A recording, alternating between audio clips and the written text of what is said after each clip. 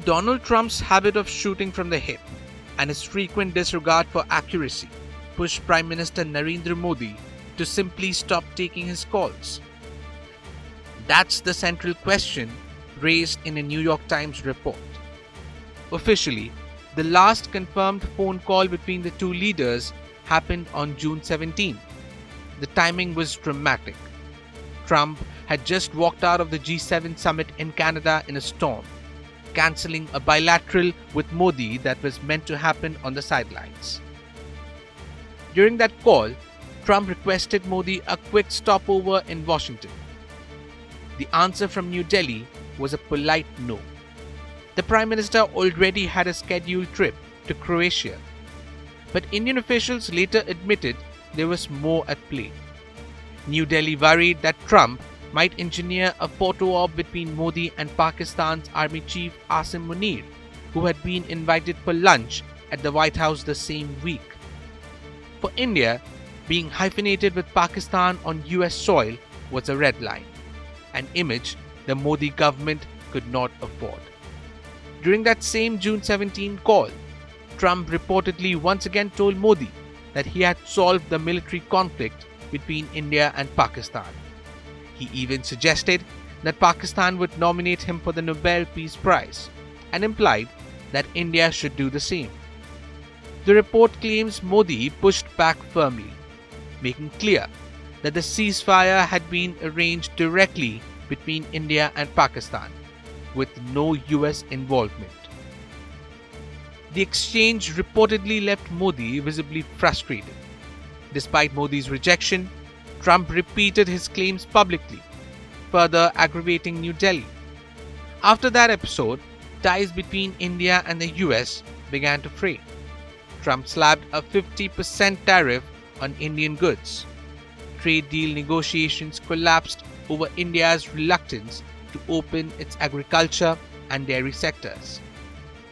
Behind closed doors, Trump wanted a quick win, a partial trade deal to tout at home.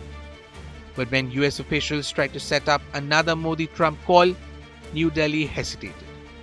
According to the New York Times, the concern wasn't about talking to Washington. It was about Trump himself. Modi's team feared that whatever was discussed could appear instantly on Trump's Truth Social account, often with little connection to reality. The fear was justified. In May, Trump blindsided New Delhi by publicly claiming he had personally mediated a ceasefire between India and Pakistan. His version of events, trade pressure, had forced both sides to back down. India strongly denied any such mediation.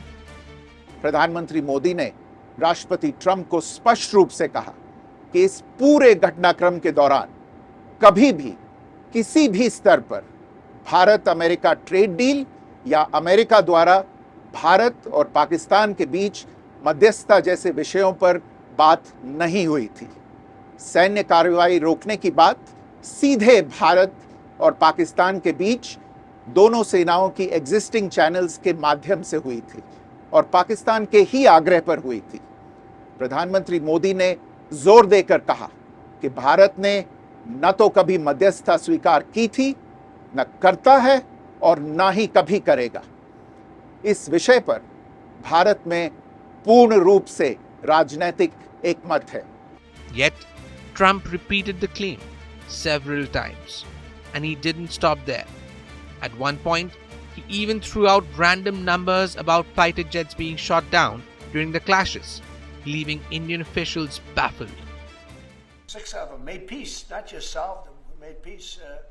If you look at Pakistan and India, planes were being knocked out of the air. 6 or 7 planes came down. They were ready to go. Maybe nuclear, we solved that. I thought this would be maybe an easier one. It never made sense, this war. It would have never happened when I was president. If I were president, this war would have never happened. But millions of people have been killed. And I'm there for one reason, to see if I can solve. This was Biden's war. This isn't my war. I want to see if I... According to the New York Times, Trump's frustration grew. He tried to call Modi several more times, but this time, the Indian side simply did not pick up.